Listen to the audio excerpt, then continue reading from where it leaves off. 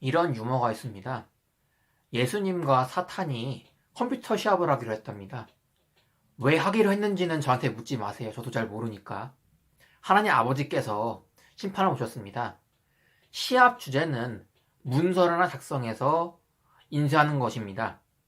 둘 다 열심히 작성하고 마무리 시점이 다가오는데 갑자기 정전이 나서 컴퓨터가 다 꺼졌습니다.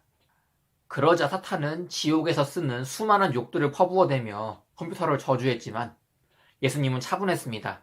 그러고 얼마 지나자 전기가 다시 들어왔습니다. 그리고 전기가 들어온 지 얼마 지나지 않아 예수님은 인쇄를 하고 승리하셨습니다. 사탄은 그것을 보고 너 사기쳤지? 라고 짜증을 냈지만 심판을 보시던 하나님 아버지께서는 이렇게 답변하셨습니다. 봐라 사탄아, 내 아들은 구원자가 아니더냐. 유머를 했는데 하나도 안 웃기셨을 겁니다. 영어로 된 유머를 번역한 것이다 보니 웃긴 부분에 해석이 필요하기 때문입니다.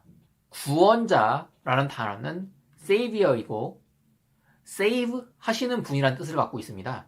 save에는 구원하다 라는 뜻도 가지고 있지만 컴퓨터 파일과 관련해서 때에는 저장하다 라는 의미도 있습니다. 그래서 세상 사람들을 죄에서 구원하시는 분이라는 savior를 컴퓨터 파일을 딱딱 저장하시는 분이라는 의미로 해석해서 만든 유머입니다. 그런데 이 안 웃긴 유머에서 알 수 있는 것처럼 구원이란 단어는 성경에서 여러 가지 의미로 사용됩니다. save라는 단어의 기본적인 의미는 멸망하고 없어질 무언가를 구출해 낸다는 의미를 가지고 있습니다. 컴퓨터 파일은 기본적으로 저장하지 않으면 멸망해서 사라져버립니다. 하지만 저장을 해줄 때 그 파일은 멸망할 운명에서 구출됩니다. 그래서 파일 저장에 save라는 단어를 사용하는 것입니다. 그래서 성경에서 구원이라는 단어를 볼 때 문맥을 잘 보아야 합니다. 우리가 잘 아는 예수님께서 우리의 죄를 대신해 십자가에서 죽으심으로써 지옥에 갈 운명에서 구출해 주셨다라는 의미의 구원과는 다른 구원일 수 있기 때문입니다. 성경에서 확인해 보겠습니다. 사무엘기상 23장 2절에서 하나님께서는 다윗에게 그일라를 구원하라 라고 말씀하십니다. 23장 1절을 보면 그일라는 블레 사람들의 공격을 받고 있었습니다. 그래서 그 마을이 망하지 않게 도와주라는 이야기입니다.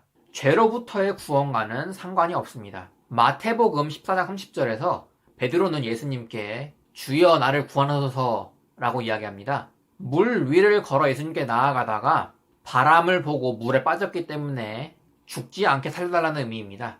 역시 죄로부터의 구원과는 상관이 없습니다. 야고보서 5장 15절에는 믿음의 기도는 병든 자를 구원하리니 라는 구절이 있습니다. 이 말은 병이 낫는다는 의미입니다.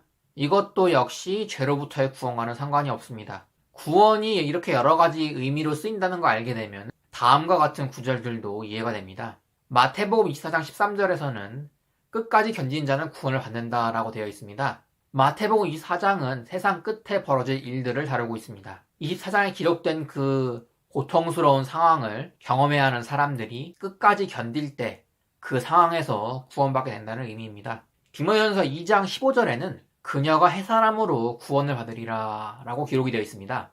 이 역시 죄로부터의 구원이 아니라 15절 앞에 기록된 허영과 사치를 좇는 삶에서 해방된다는 의미를 갖고 있습니다. 이렇듯 구원이라 적혀있다고 해서 다 같은 구원이 아닙니다. 구원의 기본적인 의미는 멸망이나 안 좋은 상황에서 구출해낸다는 의미입니다. 그것을 항상 잊지 말고 성경을 읽을 때 오해가 없으셨으면 좋겠습니다. 오늘은 여기까지입니다. 다음에 뵙겠습니다.